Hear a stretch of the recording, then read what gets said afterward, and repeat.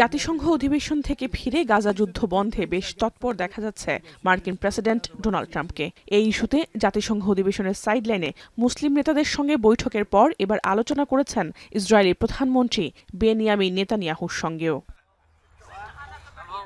দুপক্ষের সঙ্গে আলাপের পর হোয়াইট হাউসের ওভাল অফিসে সাংবাদিকদের ট্রাম্প জানিয়েছেন ইসরায়েলকে কোনোভাবেই অধ্যুষিত পশ্চিম তীরের দখল নিতে দেবেন না তিনি। Really good talks today on Gaza with both the Middle East representatives and kings and all of the top leaders in the Middle East, and we had also a very good conversation with Bibi Netanyahu trying to get the hostages back, and we're trying to get the end of the Gaza situation's really bad, very bad, and we think it could happen. Maybe it could happen pretty soon. We want the hostages back. We want the bodies back. তবে Trump তার প্রতিশ্রুতিতে কতদিন অনড় থাকবেন তাই এখন বড় প্রশ্ন হয়ে দাঁড়িয়েছে।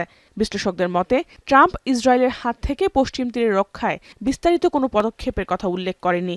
সেক্ষেত্রে ট্রাম্প আদৌ তার কথা রাখবেন কিনা সে বিষয়ে নিশ্চিত করে বলা যাচ্ছে না। আমি বুঝি নির্মাণের শিল্প, সালাম স্টিল বোঝে ডিউরেবিলিটি। সালাম স্টিল, মোস্ট ডিউরেবল স্টিল।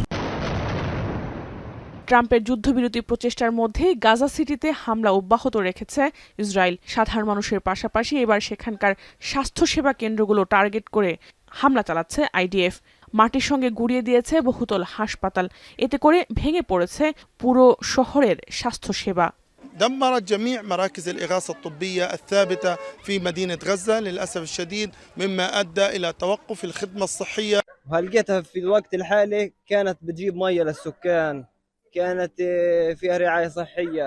في الوقت الحالي أغلب السكان اللي في المنطقة أغلبهم بيطلعوا।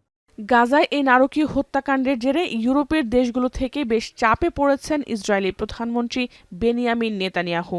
আরও একবার যার প্রমাণ মেলে যুক্তরাষ্ট্র সফরে যাওয়ার সময় নেতানিয়াহুর অস্বাভাবিক ফ্লাইট রুট দেখলেই। জাতিসংঘ অধিবেশনে যোগ দিতে তেল আবিব থেকে নিউ ইয়র্কের উদ্দেশ্যে রওনা দেওয়া নেতানিয়াহুর বহনকারী উড়োজাহাজটি ইউরোপের দেশগুলোর আকাশসীমা এড়িয়ে ভূমধ্যসাগর দিয়ে যায়। মূলত আন্তর্জাতিক অপরাধ আদালতের যুদ্ধাপরাধের অভিযোগে গ্রেপ্তারি পরোয়ানা থেকে বাঁচতেই এই পথ অনুসরণ করেন নেতানিয়াহু।